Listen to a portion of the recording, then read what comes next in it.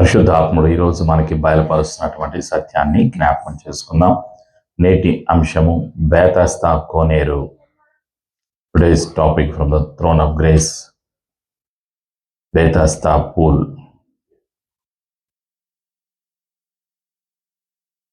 ప్రార్థన. యేసు రక్తము ద్వారా తండ్రి నీ సన్నిధికి వస్తున్నాము. తండ్రి నీ ప్రేమకై వందనాలు. ఇంతవరకు తండ్రి చేసిన మేళ్లను ఉపకారములను జ్ఞాపకం చేసుకోవటానికి, స్తుతించడానికి, ఆరాధన చేయటానికి, ప్రార్థన వినపములు యేసు ప్రభునామములో చెల్లించడానికి పరిశుద్ధాత్ముడ సహాయము దయచేసినందుకు నీకు వందనాలు. సత్యమును మాకు బయలుపరుస్తున్నందుకు నీకు వందనాలు. వాక్యములో ఉన్నటువంటి వెలుగును, అభిషేకమును, ఆశీర్వాదమును పొందుకోవటానికి మా జీవితాలను సిద్ధపరుస్తున్నందుకు వందనాలు. ప్రతి ఆటంకాన్ని, ప్రతి అనుమానాన్ని, చీకటి అధికారాన్ని యేసు ప్రభు నామములో తీసివేస్తున్నాను. యేసు ప్రభుని ఒప్పుకొనుచు యేసు ప్రభు నామములో ప్రార్థిస్తున్నాము తండ్రి, ఆమేన్. ప్రియమైనటువంటి సంఘమా, పరిశుద్ధాత్ముడు ఈరోజు మనకి గుర్తు చేస్తున్నటువంటి సత్యం, ప్రభు అయినటువంటి యేసుక్రీస్తు వారు ఈ లోకములో నివసించినటువంటి కాలములో అనేక అద్భుతాలు, అనేక ఆశీర్వాదాలు, అనేక మందిని స్వస్థపరచటం, అనేక బంధకాలలో ఉన్న వారిని బాధలలో, బంధకాలలో, చీకటి చేత పీడించబడుతున్న వారందరినీ కూడా విడిపించటం మనం పరిశుద్ధ గ్రంథంలో చూస్తాం. ఈరోజు ప్రత్యేకంగా యోహాను సువార్తలో 5వ అధ్యాయంలో మొదటి 18 వచనాల్లో ఉన్నటువంటి సత్యాన్ని మనం జ్ఞాపకం చేసుకుందాం. యోహాను సువార్త 5వ అధ్యాయం, John the gospel chapter 5 verse 1 onwards. అటు తరువాత యూదుల పండుగ ఒకటి వచ్చెను గనుక యేసు యెరూషలేమునకు వెళ్ళెను. యూదులు ప్రతి సంవత్సరానికి 3 సార్లు యెరూషలేము వెళతారు. అది వాళ్ళ యొక్క ఆచారం. పండుగలు వాళ్ళు ఆచరిస్తూ ఉంటారు. పెంతెకోస్తు పండుగ ఆచరిస్తూ ఉంటారు. తరువాత వాళ్ళు పులియని రొట్టెల పండుగ, పాస్కా పండుగను ఆశీర్వదిస్తూ ఉంటారు. కృతజ్ఞత పండుగను ఆశీర్వదిస్తూ ఉంటారు. అనేక రకాలుగా వాళ్ళకి ప్రత్యేకమైనటువంటి పండుగలు ఉన్నాయి. వాటన్నిటిలో కల్లా 3 రకాలుగా పండుగలో ప్రతి ఒక్కరూ కూడా వెళుతూ ఉంటారు. అయితే యూదుల పండుగ ఒకటి వచ్చింది. ఆ యూదుల పండుగకి యెరూషలేము ప్రభు అయినటువంటి యేసుక్రీస్తు వారు కూడా అక్కడికి వచ్చారు, పండుగని వచ్చారు. అక్కడ జరిగినటువంటి సంఘటన ఏమిటి అంటే, యెరూషలేములో గొర్రెల ద్వారము దగ్గర హెబ్రీ భాషలో బేతస్తా అనబడిన ఒక కోనేరు కలదు. దానికి 5 మంటపములు కలవు. ఆయా సమయములకు దేవదూత కోనేటిలో దిగి నీళ్లు కదిలించుట కలదు. నీరు కదిలింపబడిన పిమ్మట మొదట ఎవడు దిగునో వాడు ఎట్టి వ్యాధి గలవాడైనను బాగుపడును గనుక ఆ మంటపములలో రోగులు, గ్రుడ్డివారు, కుంటివారు, ఊచకాళ్ళ చేతులు గలవారు గుంపులుగా పడి ఉండిరి. అనేక మంది రోగులు వస్తూ ఉన్నారు ఆ ప్రాంతానికి. కారణం ఏమిటి అంటే, అక్కడ అప్పుడప్పుడు దేవదూత వచ్చి ఆ యొక్క కోనేరులోని ఆ నీటిని కదిలిస్తూ ఉంటాడు. బేతస్తా అనేటువంటి ఆ కోనేరులోని నీటిని కదిలిస్తూ ఉంటాడు. దేవదూత వచ్చి ఆ నీటిని కదిలించిన తర్వాత ఎవరైతే మొదటిగా ఆ నీటిలోకి దిగుతారో వాళ్ళకి ఎలాంటి వ్యాధి ఉన్నప్పటికీ కూడా వాళ్ళకి స్వస్థత కలుగుతుంది. అయితే మొదటిసారిగా ఎవరైతే వెళతారో వాళ్ళకి స్వస్థత కలుగుతుంది. అందుకని అనేక మంది రోగులు అక్కడికి వస్తూ ఉన్నారు. అక్కడ 38 సంవత్సరాల నుండి ఒక వ్యక్తి ఉన్నాడు. నిలబడలేనటువంటి వ్యక్తి, నడవలేనటువంటి వ్యక్తి అక్కడ నిలబడి ఉన్నాడు, అక్కడ పండుకొని ఉన్నాడు. ఆ వ్యక్తిని అక్కడికి ఆ దేవదూత వచ్చి ఆ నీటిని కదిలించేటువంటి సమయంలో తనకి సహాయం చేయడానికి ఎవరు లేరు, తన బంధువులు ఎవరూ కూడా లేరు. అందువలన తను దిగులు పడుతూ ఉన్నాడు, ఆందోళన చెందుతూ ఉన్నాడు. నాకు ఎవరూ లేరు అనేటువంటి నిస్సహాయ స్థితిలో అక్కడ పడి ఉన్నాడు. అయితే ఇక్కడ మనం చూస్తున్నటువంటి సత్యం ఏమిటి అంటే, యేసు ప్రభువు వారు ఆ వ్యక్తి దగ్గరకు వచ్చారు. 5వ వచనంలో అక్కడ 38 ఏండ్ల నుండి వ్యాధి గల యొక్క మనుషుడుండెను. యేసు వాడు పడియుండుట చూచి వాడప్పటికీ బహుకాలము నుండి ఆ స్థితిలోనున్నాడని ఎరిగి స్వస్థపడగోరుచున్నావా అని అడిగారు. ప్రభు అయినటువంటి యేసు క్రీస్తు వారు అడిగారు. యేసు ప్రభు వారికి తెలుసు, తనకు అనేక సంవత్సరాల నుంచి అక్కడ ఉన్నాడు, అక్కడ పడి ఉన్నాడు అని యేసయ్యకు తెలుసు. తన దగ్గర ఎవరూ లేరు అని యేసయ్యకు తెలుసు. అందుకే యేసు ప్రభులు వారు అడుగుతున్నారు. ఏమని అడుగుతున్నారు అంటే, నీవు యేసు వాడు పడి ఉండట చూచి వాడు అప్పటికీ బహుకాలం నుండి ఆ స్థితిలో ఉన్నాడని ఎరిగి స్వస్థపడగోరుచున్నావా అని వారిని అడగగా యేసయ్య అడిగారు. తన అసలు ఆలోచన ఏమిటి, తన ఉద్దేశం ఏమిటి అని అడిగారు యేసయ్య. అప్పుడు ఆ రోగి ఏమని చెప్తున్నాడు అంటే, ఆ రోగి, అయ్యా, నీళ్లు కదిలింపబడినప్పుడు నన్ను కోనేటిలోనికి దించుటకు నాకు ఎవడనూ లేడు. ఒంటరిగా ఉన్నాడు, నిస్సహాయ స్థితిలో ఉన్నాడు, నాకు ఎవ్వరూ లేరు అని చెప్తున్నాడు. అప్పుడు యేసయ్య అన్నారు, నేను వచ్చునంతలో మరి ఒకడు నాకంటే ముందుగా దిగునని ఆయనకు ఉత్తరం ఇచ్చాను. యేసు 8వ వచనంలో, నీవు లేచి నీ పరుపెత్తుకొని నడుమని వానితో చెప్పగా వెంటనే వాడు స్వస్థత నొంది తన పరుపెత్తుకొని నడిచాను. యేసు ప్రభులు వారు అందరినీ ప్రేమిస్తున్నారు. అందరి కొరకు ఈ లోకానికి వచ్చినటువంటి ప్రేమ గల దేవుడు, కనికరము గల దేవుడు, స్వస్థపరిచేటువంటి దేవుడు. ఎవరిలో ఏ సమస్య ఉన్నదో ప్రతి ఒక్కరిని కూడా చూస్తున్నటువంటి దేవుడు ప్రభు అయినటువంటి యేసుక్రీస్తు వారు. అందరి కొరకు మరణించి సమాధి చేయబడి తిరిగి లేచిన సజీవుడు యేసు ప్రభు. శరీరధారిగా ఈ లోకములో నివసించినటువంటి కాలములో ప్రభు అయినటువంటి యేసుక్రీస్తు వారు భౌతికంగా ఎక్కడ ఎవరైతే బంధించబడి ఉన్నారో, రోగాల చేత బంధించబడి ఉన్నారో, వారు అనేక మందిని ప్రభు అయిన యేసుక్రీస్తు వారు స్వస్థపరిచారు. అనేక రకాలైనటువంటి బంధకాల్లో, చీకటిలో, దయ్యాల చేత పీడించబడుతున్న వారిని విడిపించారు. యేసు ప్రభు వారికి అసాధ్యమైనది ఏది కూడా తెలుసు, ఏది కూడా లేదు. యేసయ్యకు సమస్తము తెలుసు, ఆయన సమస్తము చేయగల సమర్థుడు. అందుకే యేసు ప్రభు వారు అంటున్నారు, తన ఆలోచన తెలుసుకోవాలని, తన నోటితో వినాలి అని నీవు స్వస్థపడాలనుకుంటున్నావా అని అడిగినప్పుడు తన సమాధానం, ఆ రోగి, నాకు ఎవరు లేరు అని చెప్తున్నాడు. కానీ యేసయ్య ఏమన్నారంటే, యేసు ఎవరో ఆ రోగికి తెలియదు. అక్కడ ఉన్నటువంటి 38 సంవత్సరాల వయస్సు 38 సంవత్సరాల నుండి అక్కడ రోగిగా బాధపడుతున్నటువంటి వ్యక్తికి యేసు ప్రభు రక్షకుడు అని, యేసు ప్రభు స్వస్థపరిచే దేవుడు అని, యేసు ప్రభు విడుదల నాయకుడు అని యేసు ప్రభు గురించి తెలియదు. తనకి యేసు ఎవరో తనకి తెలియదు. కానీ తన హృదయంలో మాత్రం ఆశ ఉన్నది, నిరీక్షణ ఉన్నది. అక్కడికి వస్తే అక్కడ నీళ్లు కదిలించబడినప్పుడు ఎవరో ఒకరు నాకు సహాయం చేస్తారు, ఏదో ఒక రోజు సహాయం చేస్తారు, తప్పకుండా నాకు కూడా స్వస్థత కలిగిద్ది అని తనకు ఒక నిరీక్షణ ఉన్నది. ఆ నీళ్లు కదిలించబడిన సమయంలో నాకు కూడా స్వస్థత కలిగిద్ది అనేటువంటి ఒక విశ్వాసం ఉంది. తనలో ఉన్న విశ్వాసం ఎవరి మీద? నీళ్ల మీద విశ్వాసం ఉన్నది. ప్రియమైనటువంటి సంఘమా, తనలో ఉన్నటువంటి విశ్వాసము నీళ్ల మీద ఉంది. అక్కడ ఉండటానికి గల కారణము రోగముతో ఉన్నాడు కాబట్టి. నిరీక్షణ ఉన్నది. సంవత్సరాలు గతించిపోతున్నాయి. 38 సంవత్సరాల నుంచి అక్కడే ఉన్నాడు. ఆలోచన చేయండి. నిస్సహాయ స్థితిలో ఉన్నాడు. కానీ యేసయ్య వదిలిపెట్టలేదు.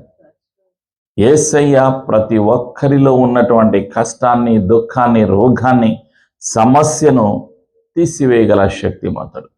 యేసయ్యలో ఉన్న అధికారముతో యేసయ్య ఏమని చెప్పాడంటే, నీవు లేచి పరుపెత్తుకొని నడుమని వానితో చెప్పగా వెంటనే వాడు స్వస్థత నొంది తన పరుపెత్తుకొని నడిచెను.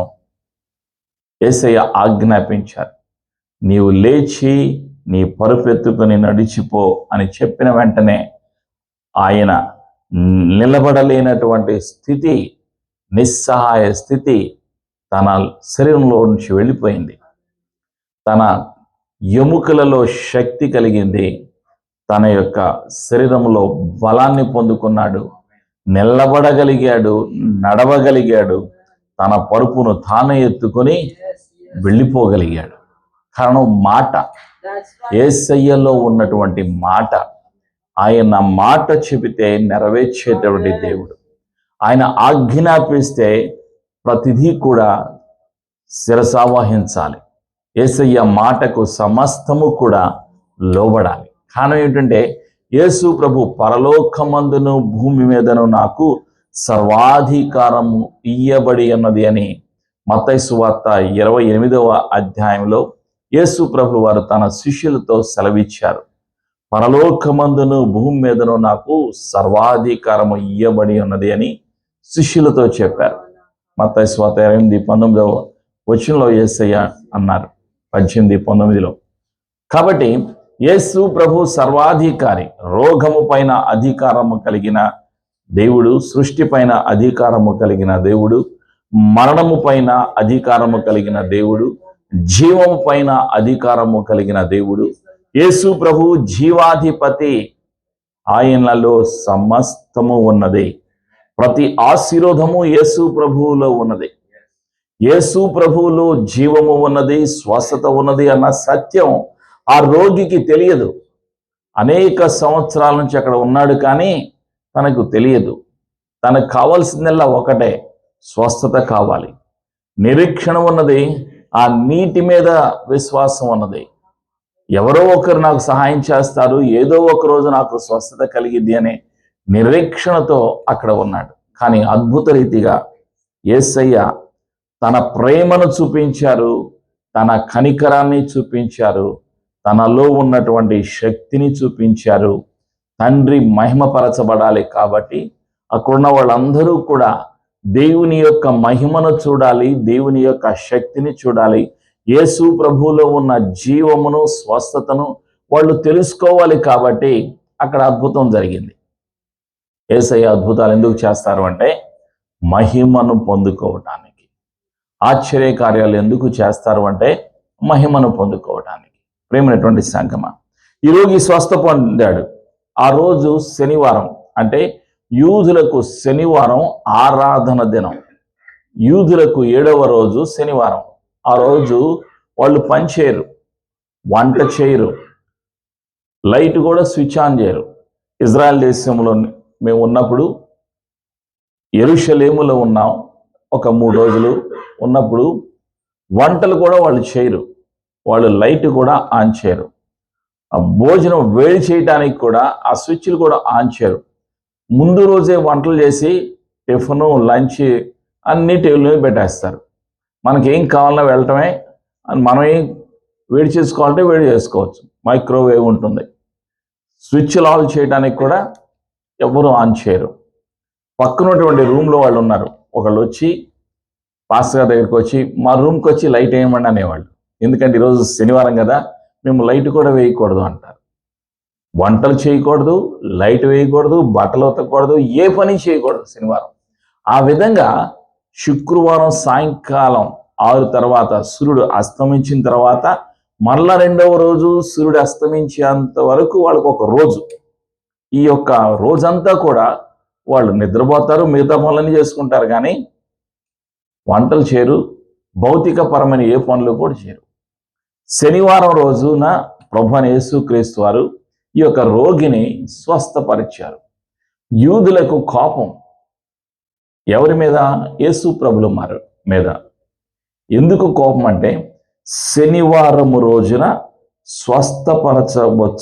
స్వస్థపరచకూడదు అని యేసు ప్రభుల వారి మీద నేరము మోపుతూ ఉన్నారు యూదులు. అదే సత్యాన్ని మనం చూస్తూ ఉన్నాం. 5వ అధ్యాయంలో 10వ వచనం, ఆ దినము విశ్రాంతి దినము గనుక యూదులు ఇది విశ్రాంతి దినము కదా, నీవు నీ పరుపెత్తి కొన తగదే అని స్వస్థత నొందిన వానితో చెప్పిరి. అందుకు వాడు, నన్ను స్వస్థపరిచిన వాడు నీ పరుపెత్తుకొని నడుమని నాతో చెప్పిన నేను. వారు, నీ పరుపెత్తుకొని నడుమని నీతో చెప్పిన వాడెవడని వారిని అడిగిరి. ఆయన ఎవడో స్వస్థత నొందిన వానికి తెలియలేదు. యేసు ప్రభు ఎవరో తెలియదు. ఎవరికి? స్వస్థత పొందినటువంటి వ్యక్తికి తెలియదు. ఆ చోటను గుంపు కూడి ఉండెను గనుక యేసు తప్పించుకొని పోయాను. అటు తర్వాత యేసు దేవాలయంలో వారిని చూచి, ఇదిగో స్వస్థత నొందితివి, మరి ఎక్కువ కీడు నీకు కలుగకుండానట్లు ఇక నువ్వు పాపము చేయకుమని చెప్పగా, వాడు వెళ్ళి నన్ను స్వస్థపరిచిన వాడు యేసు అని యూదులకు తెలియజెప్పెను. యేసు ప్రభు వారు చెప్పారు, ఇక నీవు పాపము చేయవద్దు అని చెప్పారు. నీవు స్వస్థత పొందుకున్నావు కాబట్టి ఇక నీవు పాపం చేయకుండా జాగ్రత్తగా ఉండు అని చెప్పారు. అప్పుడు తన యొక్క ఆత్మనేత్రాలు తెరవబడ్డాయి. అప్పుడు యేసు ప్రభు అని గుర్తించాడు. వెంటనే యూదుల దగ్గరికి వెళ్ళి చెప్తూ ఉన్నాడు. ఏమని చెప్తున్నాడంటే, నన్ను స్వస్థపరిచిన వాడు యేసు అని యూదులకు తెలియజెప్పాను. 16వ వచనం, ఈ కార్యములను విశ్రాంతి దినమున చేసినందున యూదులు యేసును హింసించిరి. యేసు ప్రభువు వారిని హింసించడానికి గల ఒక కారణం ఏమిటి అంటే, విశ్రాంతి దినాన్ని ఉల్లంఘించుట. మోషే ధర్మశాస్త్ర ప్రకారముగా సబ్బాతు దినాన్ని వాళ్ళు పాటించాలి, యూదులు పాటించాలి. అయితే యేసు ప్రభువు వారు ఆ రోజు స్వస్థత చేశారు కాబట్టి వాళ్ళు దాన్ని వ్యతిరేకిస్తున్నారు. అతను స్వస్థ పొందినందుకు వాళ్ళకి సంతోషము లేదు, వాళ్ళకి కోపం ఉంది. కారణం ఏమిటి అంటే, చట్టాన్ని, మోషే ధర్మశాస్త్రాన్ని ఉల్లంఘించారు, సబ్బాతు దినాన్ని ఆచరించలేదు అనేటువంటి కోపం యేసు ప్రభు మీద ఉన్నది. కాబట్టి యేసు ప్రభుని హింసించటానికి వాళ్ళు సిద్ధంగా ఉన్నారు. 17వ వచనంలో చూస్తాం, అయితే యేసు, నా తండ్రి ఇది వరకు పని చేయుచున్నాడు, నేనును చేయుచున్నాను వారికి ఉత్తరం ఇచ్చెను. ఆయన విశ్రాంతి దిన ఆచారము మీరుట మాత్రమే కాక దేవుడు నా సొంత తండ్రి అని చెప్పి తన్ను దేవునితో సమానునిగా చేసుకొనెను గనుక ఇందు నిమిత్తము యూదులు ఆయనను చంపవలెనని మరి ఎక్కువగా ప్రయత్నము చేసిరి. మోషే ధర్మశాస్త్రంలో మొదటి ఆజ్ఞ ఏమిటి అంటే, నేను తప్ప నీకు మరొక దేవుడు ఉండకూడదు. పైన ఆకాశం అందే కానీ భూమి కింద ఉన్న నీళ్ళ ఎందే కానీ దేని రూపమునైనను నామమునైనా నీవు చేసి కొనకూడదు, సాగిల పడకూడదు. అది మొదటి ఆజ్ఞ. ఈ మొదటి ఆజ్ఞ, 10 ఆజ్ఞల్లో మొదటి ఆజ్ఞ వీళ్ళకి బాగా తెలుసు. ఎవరికి? యూదులకు. ప్రభు అయిన యేసుక్రీస్తు వారు ఏమన్నారు? దేవుడు తన సొంత తండ్రి అని చెప్పారు.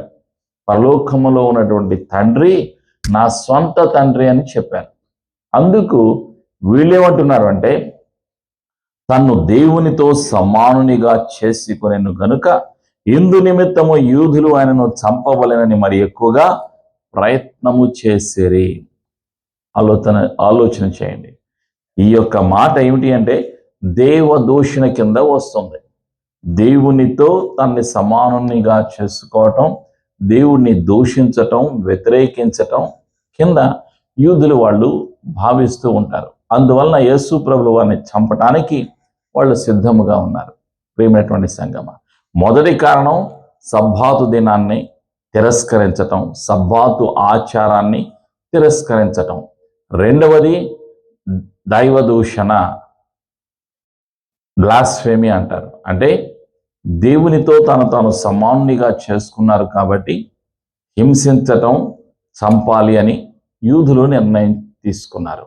యూదులు ఆత్మీయ నేత్రాలు బంధించబడ్డాయి కాబట్టి వాళ్ళు గుర్తించలేకపోయారు, గ్రహించలేకపోయారు, సత్యాన్ని అంగీకరించలేకపోయారు. యేసు ప్రభువే రక్షకుడు, మెస్సయ్య అని వాళ్ళు అంగీకరించలేనటువంటి స్థితి వాళ్లకు ఉన్నది. అయినప్పటికీ ప్రభువైన యేసుక్రీస్తు వారు అందరినీ ప్రేమించారు, అందరి కొరకు మరణించి తిరిగి లేచిన సజీవుడు, అందరి యొక్క పాపాన్ని, శాపాన్ని సిలువలో కొట్టివేసినటువంటి సర్వశక్తిమంతుడు. ఈ యొక్క రోగికి స్వస్థత కలిగింది, పాపాల నుండి విడుదల కలిగింది, బంధకాల నుండి విడుదల కలిగింది, ఆత్మీయ నేత్రాలు తెరవబడ్డాయి, ఆశీర్వాదము రోగికి కలిగింది. ప్రేమైనటువంటి సంగమ, ఈ యొక్క సంఘటన ద్వారా పరిశుద్ధాత్ముడు మనకేం తెలియచేస్తున్నాడు అంటే, మనలో ఉండవలసినటువంటివి 3 ఉండాలి. ఒకటి నిరీక్షణ ఉండాలి, రెండవది విశ్వాసము ఉండాలి, మూడవది ఆశ ఉండాలి, కోరిక ఉండాలి. నాలో ఈ కార్యము జరిగిద్ది, ఏ సమస్య అయితే ఉందో ఆ సమస్య తొలగిపోయిద్ది అనేటువంటి ఒక దృఢమైనటువంటి ఆకాంక్ష, ఒక కోరిక అనేది ఉండాలి. ఆ వ్యాధిగ్రస్తుడికి ప్రభు అని యేసు గురించి తెలియదు, కానీ నిరీక్షణ ఉన్నది. అక్కడ ఉంటే, అక్కడ నేను ఉంటే నాకు స్వస్థత కలిగిద్ది అని విశ్వాసం ఉన్నది. ప్రభు అని యేసుక్రీస్తు వారు అడిగారు, నీవు స్వస్థత పడాలనుకుంటున్నావంటే ఆశ ఉన్నది, కోరిక ఉన్నది. ప్రియమైనటువంటి సంఘమా, మనలో ఉండవలసినటువంటి ఆ 3 లక్షణాలు, ఒకటి నిరీక్షణ, రెండవది విశ్వాసము, మూడవది కోరిక ఉండాలి. కీర్తనాకారుడు 145:19 ఏమంటాడంటే, తన యందు భయభక్తులు గల వారి కోరిక ఆయన నెరవేర్చును. He will fulfill the desire of those who have the fear of God. ఆయన యందు భయభక్తులు గల వారి కోరిక ఆయన నెరవేరుస్తాడు. యేసయ్య కృప మనందరికీ సదా తోడైండును గాక. ఆమేన్. ప్రార్థన చేసుకుందాం. పరిశుద్ధాత్ముడా, నీకు వందనాలయ్యా. సత్యమును బయలుపరిచినందుకు, మరొకసారి గుర్తు చేసినందుకు నీకు వందనాలు. యేసు ప్రభు లోకరక్షకుడు అని, యేసు ప్రభు స్వస్థపరిచే దేవుడు అని, యేసు ప్రభుకి అసాధ్యమైనది ఏదీ లేదు అని నిత్యము నిరూపిస్తున్నందుకు నీకు వందనాలయ్యా. లేఖనాలు సత్యము అని నమ్మటానికి, నీ పరిశుద్ధమైన మాట నందు విశ్వాసం ఉంచటానికి, యేసు ప్రభు పునరుత్థానమునందు, జీవమునందు విశ్వాసం ఉంచటానికి, యేసు ప్రభు స్వస్థపరిచే దేవుడు అని విశ్వసించటానికి, జీవాన్ని పొందుకోవటానికి, స్వస్థతను పొందుకోవటానికి, ఆశీర్వాదాన్ని పొందుకోవటానికి, బంధకాల నుండి విడిపించబడటానికి నీవే సహాయము దయచేస్తున్నందుకు వందనాలు. ప్రతి బంధకము, ప్రతి రోగము, ప్రతి చీకటి అధికారము యేసు ప్రభు నామంలో తొలగిపోవును గాక, విడుదల కలుగును గాక. అనేక సంవత్సరాల నుంచి బాధతో, బలహీనతతో, బంధకములో ఉన్న నీ బిడ్డలకు విడుదల కలుగును గాక. యేసయ్య, నీ మాట ద్వారా విడుదల కలుగుతుంది, నీ సన్నిధి ద్వారా విడుదల కలుగుతుంది. యేసయ్య, నీ పరిశుద్ధ రక్తము ద్వారా విమోచన కలుగుతుంది, పరిశుద్ధత కలుగుతుంది అని నమ్ముచున్నాము. యేసు ప్రభుని ఒప్పుకొనొచ్చు. ఆ యొక్క రోగి చెప్పాడు, యేసు అని ఒప్పుకున్నాడు. అతను ఎవరో తెలియనప్పటికీ ఆత్మీయ నేత్రాలు తెరిచిన తర్వాత యేసు ఎవరో తెలుసుకున్నాక చెప్పాడు. యేసయ్య, మేము కూడా చెప్పటానికి, నీవు చేసిన మేలులను, ఉపకారములను మరచిపోకుండా ప్రకటించటానికి, చెప్పటానికి, అన్యుల మధ్యలో, మనుషులందరి మధ్యలో నన్ను స్వస్థపరిచింది, నన్ను బలపరిచింది, నన్ను రక్షించింది నా ప్రభువైన యేసు అని బహిర్గతం చేయటానికి, ప్రకటించడానికి నీవే మాకు సహాయము దయచేస్తున్నందుకు పరిశుద్ధాత్ముడా నీకు వందనాలు. యేసు ప్రభు నామములో ప్రార్థించి ఆశీర్వాదమును, జీవమును యేసు ప్రభు నామములో పొందుకొనుచున్నాము తండ్రి. ఆమేన్.